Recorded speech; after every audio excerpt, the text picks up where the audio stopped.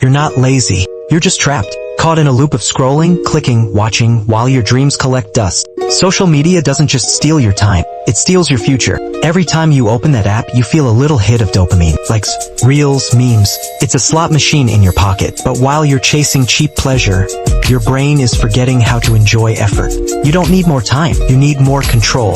Delete one app today, just one, and sit in silence for 10 minutes. No music, no phone, just you and your thoughts. That's the first step to reclaim your mind. Comfort is killing you. The soft bed, the easy way out, the excuse that you'll start tomorrow. Greatness doesn't grow in comfort. It's forged in pain, in sweat, in silence. Take cold showers. Wake up early. Do one thing every day that makes you uncomfortable. Because every time you run from pain, you run from progress. Discipline is not about being perfect. It's about being consistent when it's hard. Don't wait to feel motivated.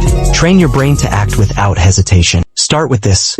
Wake up and move. Sit down and focus. Show up, especially when you don't feel like it. That's how you win. That's how you escape.